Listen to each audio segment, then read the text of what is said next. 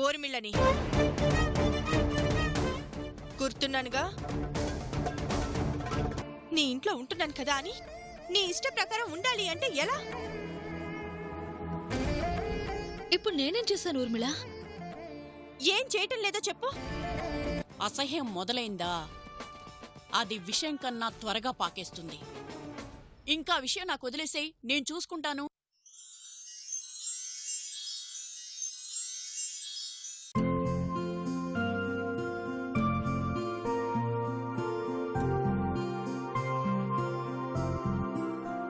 ఊర్మిళ, నువ్వులుండలు నీకు బాగా ఇష్టం అన్నావు కదా, నీకోసమే చేశాను, తీసుకో.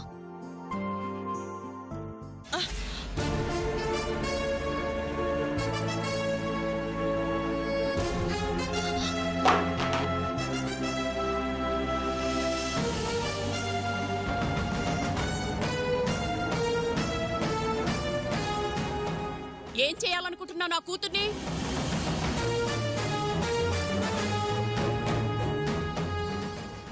కడుపుతో ఉన్న పిల్లకి నువ్వులుండలు తినిపిస్తారా? తనకిష్టమని అడిగింది పిన్ని. విషం ఇష్టం అంటుంది, తినిపిస్తావా?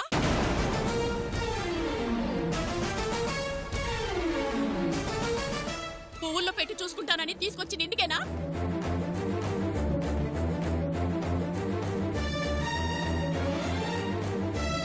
పైకి ప్రేమగా నటిస్తూ తినకూడని తిండి తినిపించి కడుపులో బిడ్డను చంపేద్దామని ఉద్దేశం?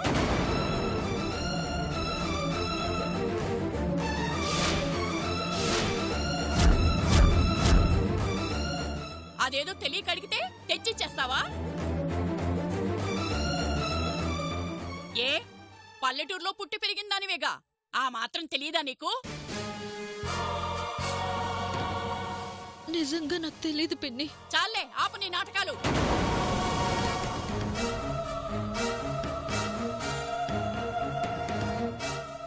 పెళ్ళైనా ఇంతవరకు పిల్లా జల్లా లేరు.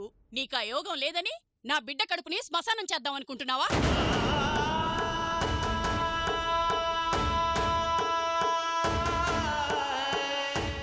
ఇందుకే ఎవరిని పడితే వాళ్ళని నమ్మి ఏది పడితే అది తినకూడదనేది.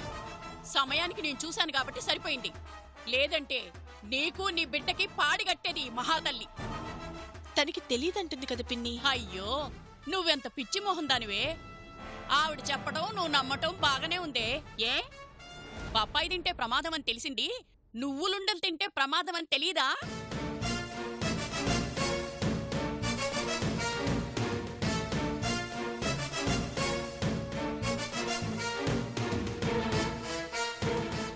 బొప్పాయి తిన్నా పెద్ద ప్రమాదం లేదు.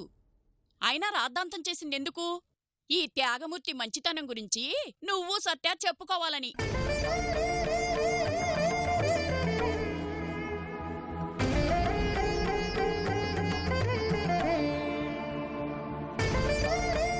ఇప్పుడివి తినిపించినా నీకు నీ బిడ్డకు ఏమన్నా జరిగినా బొప్పాయి పండుగే అంత అల్లాడిపోయిన సావిత్రి ఈ పనెందుకు చేస్తుంది?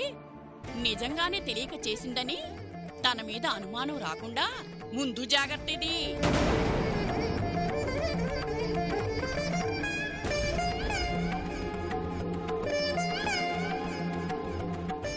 ఎవరికి తెలియవు ఈ నాటకాలన్నీ.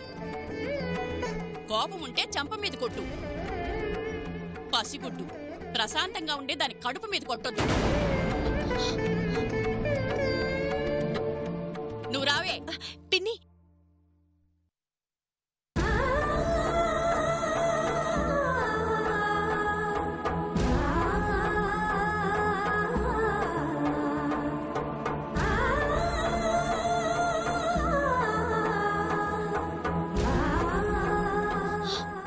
నిజంగా నా మనసులో ఏ చెడు ఉద్దేశం లేదండి. ఉందని కాదు సావిత్రి, కడుపుతో ఉన్న అమ్మాయి ఇంట్లో ఉన్నప్పుడు కొంచెం జాగ్రత్తగా ఉండాలి కదా. నేను జాగ్రత్తగానే ఉన్నానండి. ఏదో తెలియక జరిగిన పొరపాటు ఇది. పొరపాటే, కానీ అది ప్రాణం తీసేంత పెద్ద పొరపాటు కదా. పసి ప్రాణం తీసేంత కసాయిదాన్ని కాదండి నేను. నీ గురించి నాకు కొత్తగా చెప్పాలా? మరోసారి ఇలాంటి పొరపాటు జరగకుండా చూసుకో చాలు. అక్కడెక్కడో ఒంటరిగా ఉంటే ఊర్మిళ్ళని సరిగ్గా చూసుకునే వాళ్ళుండరని గర్భవతిగా ఉన్న తను ఇబ్బంది పడుతుందనేగా నేను తనని ఇక్కడికి తీసుకొచ్చింది. కాదని ఎవరన్నారు? ఊర్మిళ గురించి, తన కడుపులో ఉన్న బిడ్డ గురించి నువ్వెంత ప్రేమగా ఉంటావో నాకు తెలుసు.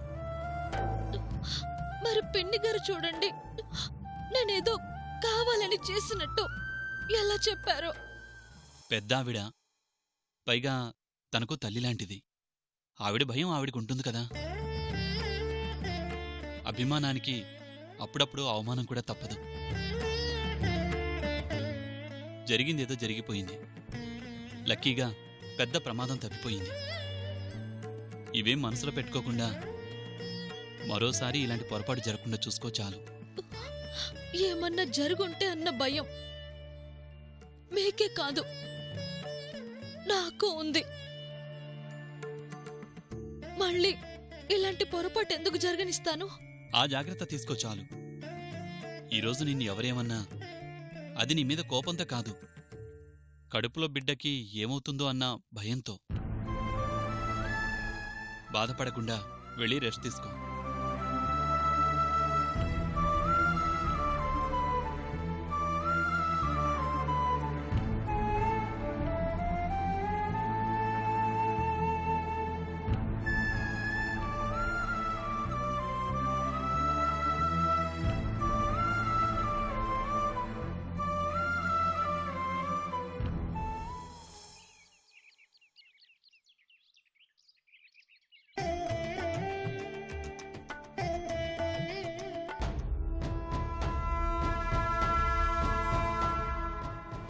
అరే, మొత్తం సావిత్రే తినేస్తుంది. నువ్వు తిను సత్య. బాగా తింటేనే కదా హుషారుగా సావిత్రితో ఆడుకునేది. రా తిను తిను, దా తిను.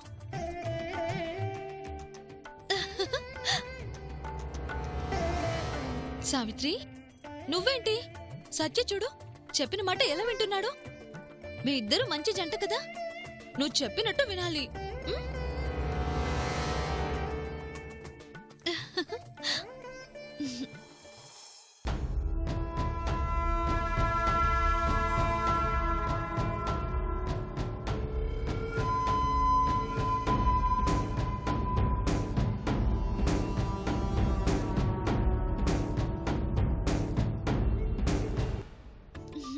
ఏంటి, తినేసారా? హుషారుగా ఉన్నారు. ఏంటి సావిత్రి, బోన్లో సత్యకి సావిత్రికేనా ఈ ఊర్మిళకు కూడా చోటుందా? అదే ఈ బర్డ్కి. ఒక పక్షిని తెచ్చావేంటి? జంటగా ఉంటాయి కదా. జంటగానే ఉండేవంట. దీనితో ఉండే పక్షిని మరో పక్షి తీసుకెళ్లిపోయిందంట. అదే మరో పక్షి, దీంతో ఉండే పక్షి ఎగిరిపోయాయంట. అవునా? పాపం, జంట లేకుండా ఈ పక్షులు ఉండలేవు ఊర్మిళ.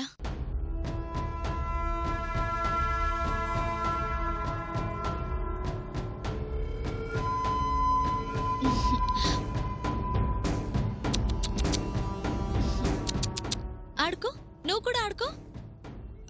అవును సావిత్రి, జంట లేకుండా ఈ పక్షులు ఉండలేవన్నావుగా. పాపం, దాని తోడు లేక ఊర్మిళ చనిపోతుందేమో.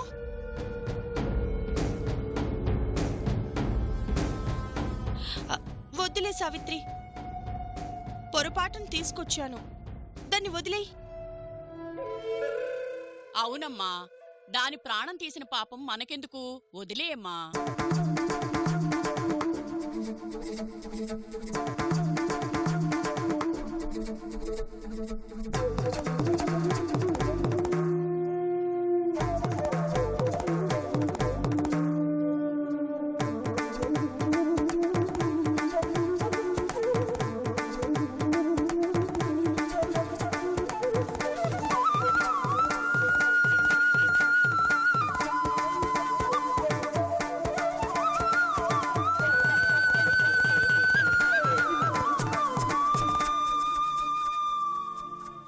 అదేంటి సావిత్రి, సావిత్రిని తీసావేంటి?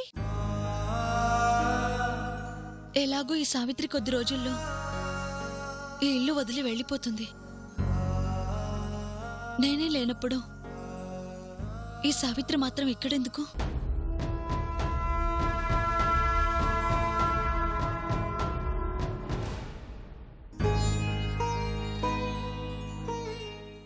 ఊర్మిళకి తోడు సత్య ఉంటాడు కదా.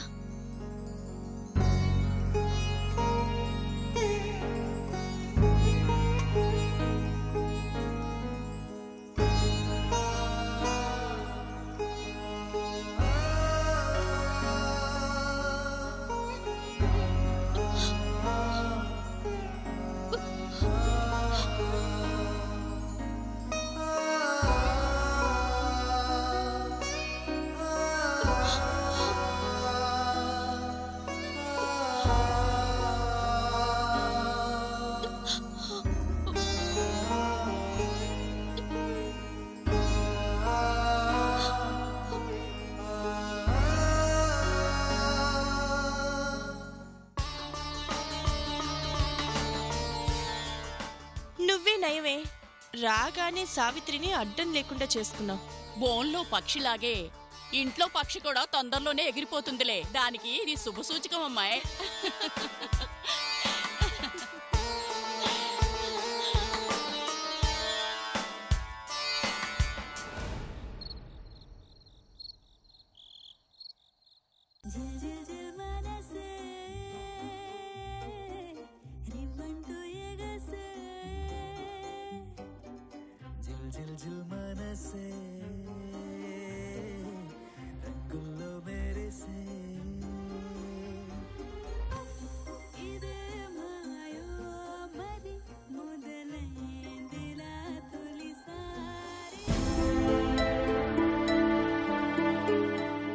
పాపం సావిత్రి ఉదయం నుంచి పని చేసి చేసి అలసిపోయింది.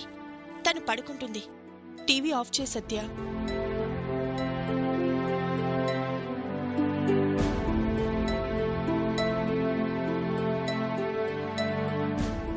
సావిత్రి, నువ్వు పడుకో.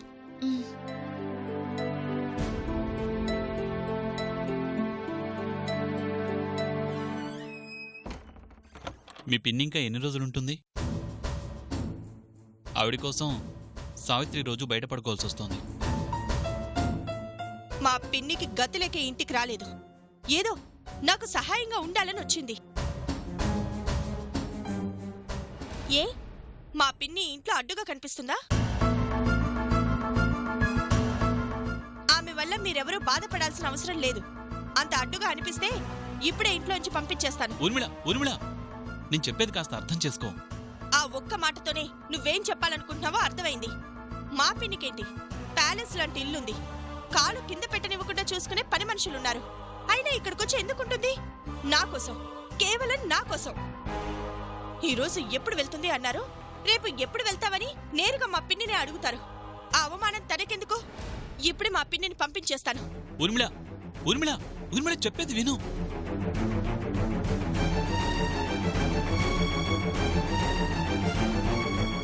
పిన్ని, లే పద. ఎక్కడికే? మీ ఊరెళ్దు గాని. మా ఊరా? ఇప్పుడా? ఏమైందే? నువ్విక్కడుంటే కొంతమందికి అడ్డంగా ఉన్నావంట. అందుకే బయలుదేరు. ఏంటి, నేనడ్డమా? ఏ నాకిల్లు లేదా, వాకిల్లేదా? గతి లేక ఇంటికొచ్చాననుకుంటున్నారా ఏంటి? అలాగే అనుకుంటున్నారు. అయినా నాకోసం నువ్వు అవమానపడాల్సిన అవసరం లేదు. బయలుదేరు పిన్ని. అయ్యో ఊర్మిళ, నువ్వుండు. ఏంటమ్మా ఉండేది? ఏదో నా కూతురు బతుకు నాశనమైపోయింది, ఏ తోడు లేక అదేమైపోతుందోనని ఎక్కడెక్కడ వదిలేసొస్తే నేను మీకడ్డమైపోయానా? నువ్వు మాకు అడ్డమేంటి పిన్ని? ఇలాంటప్పుడు మీలాంటి పెద్దవాళ్ళు లేకపోతే ఎలా? పైకి ఎన్నైనా మాట్లాడతారమ్మా, మనసులో మాత్రం మరొకటి ఉంటుంది. ఇప్పుడు ఈ డిస్కషన్స్ అన్ని అనవసరం పిన్ని. ముందు నువ్వు బయలుదేరు. బయలుదేరక ఆగుతానా? మాట పడాల్సొస్తే ప్రాణాలు తీసుకునే వంశంలో పుట్టిన దాన్ని. ఇంకా ఇక్కడ ఉండాల్సిన కర్మ నాకేంటి?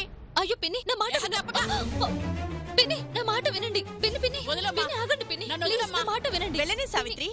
ఈ ఇంట్లో పిన్ని అడ్డం అనుకున్నప్పుడు ఇంకెందుకుండాలి? ఏంటి ఊర్మిళ నువ్వు కూడా? పిన్ని అడ్డమని ఎవరన్నారు? సత్య అనుకున్నాడుగా. ఆయన అలా ఎందుకంటారు ఊర్మిళ? ఇక్కడే ఉండటం వల్ల ఊర్లో ఇబ్బందేమోనని అలా అడుగుంటారు. ఎలా అడిగినా అర్థం అదే కాని నేను వెళ్తాను.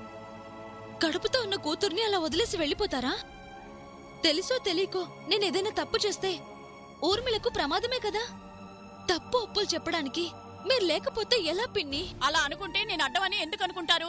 నేను వెళ్తాను. పిన్ని పిన్ని పిన్ని, నేను నీ కూతురు లాంటి దాన్నే కదా. నిన్ను ఎవ్వరూ ఏమీ అనకుండా చూసే బాధ్యత నాది. నా మాట విను పిన్ని, లోపలికి పద.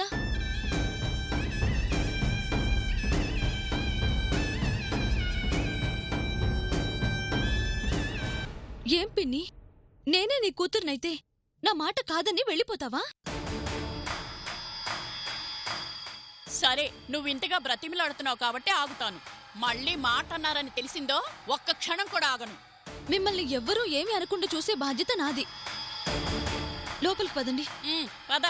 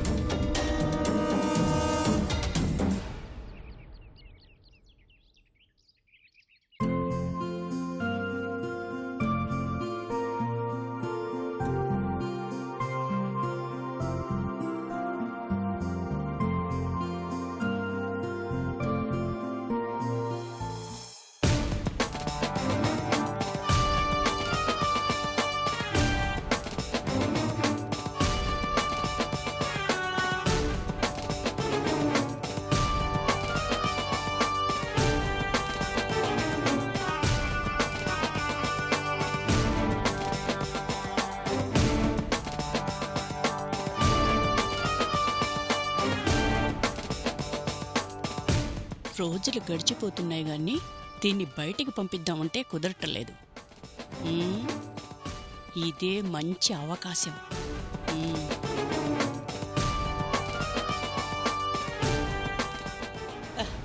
ఏమ్మా సావిత్రి, టిఫిన్ రెడీ చేస్తున్నావా? అవును పిన్ని. త్వరగా కానివ్వమ్మా, కడుపు బగబగా మండుతుంది. అయ్యయ్యో, దోశ మాడిపోతుంది చూడు.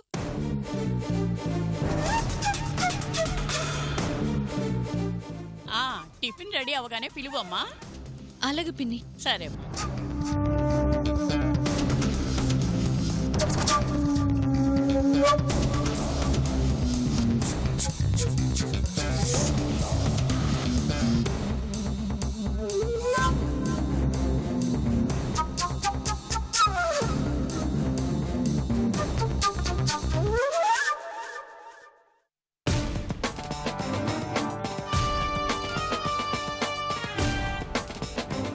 ఏంటి పిన్ని, టిఫిన్ చేసావా? టిఫిన్ తర్వాత నీ కోరిక ప్రకారం దాన్ని ఇంట్లో నుంచి బయటికి పంపించేదాకా నాకు తిండి నిద్ర పట్టదు. త్వరగా ఏదో ఒక ప్లాన్ చేయి పిన్ని. చేసే లోపలికొచ్చా. ఏంటిది? చెప్తాను, జాగ్రత్తగా విను.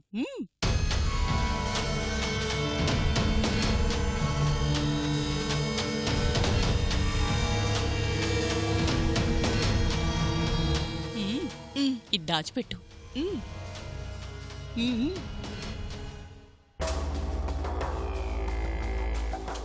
ఏంటి బాబు, ఈరోజు ఆఫీస్కి వెళ్ళటం లేదా? వెళ్ళాలండి, కానీ ఇంకా టైం అవ్వలేదు. ఎప్పుడు ఆఫీసేనా? అప్పుడప్పుడు సరదాగా బయటికెళ్ళొచ్చు కదా. అదే ఊర్మిళాన్ని తీసుకుని అలా బయటికెళ్ళి రావచ్చుగా బాబు. కడుపుతో ఉన్న పిల్ల కదా, బయటికి తీసుకెళ్తే ఆరోగ్యానికి మంచిది. పిన్ని, టిఫిన్ చెదురుగాని రండి. వస్తున్నానమ్మా, నువ్వు కూడా రా బాబు. వస్తున్నా. మాదే ఉంది గాని ముందు కడుపుతో ఉన్న పిల్ల ఊర్మిళాన్ని పిలవాలి. నేను పిలుస్తానులే. వద్దులేమ్మా, నేను పిలుస్తాను. ఎవరు పిలిస్తే ఉంది? అమ్మా ఊర్మిళా, ఊర్మిళా, టిఫిన్ చేద్దు రామ్మా. వస్తున్నాను పిన్ని.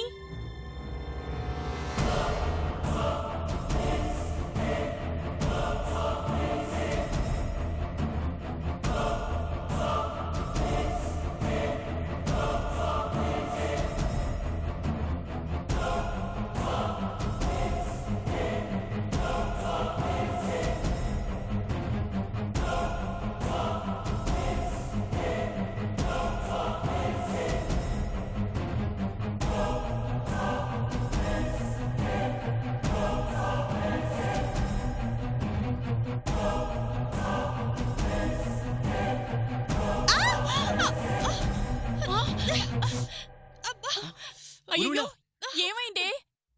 ఇలా పడిపోయావంటే? అసలే కడుపుతో ఉన్న పిల్లవి. నీకేం కాలేదు కదా? ఏం కాలేదు. కాలికేం దెబ్బ తగలేదు కదా?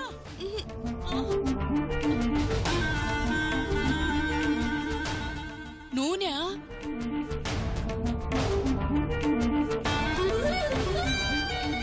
ఇక్కడికెలా వచ్చింది? అమ్మో, కాస్తలో ప్రమాదం తప్పింది గాని లేదంటే కడుపుతో ఉన్న పిల్ల కింద పడుంటే ఇంకేమైనా ఉందా?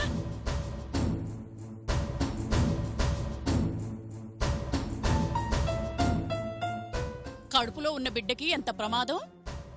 అయినా వంటగదిలో ఉండాల్సిన నూనె ఇక్కడెలా పడింది? సరిగ్గా నీ గది ముందు.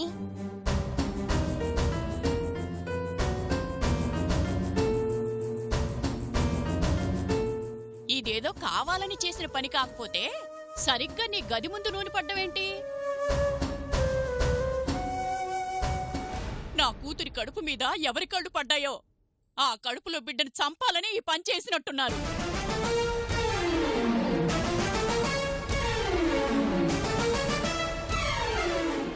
ఎవరు చేస్తారు పిన్ని? అదే నేను అడుగుతున్నాను. ఈ అవసరం ఎవరికుంది? ఉన్నది 3 ఆడవాళ్ళం. నువ్వు పడాలని నువ్వు నూనె పోసుకోవు. నేనిప్పటిదాకా సత్య పక్కనే ఉన్నాను. ఇంకెవరు చేస్తారు?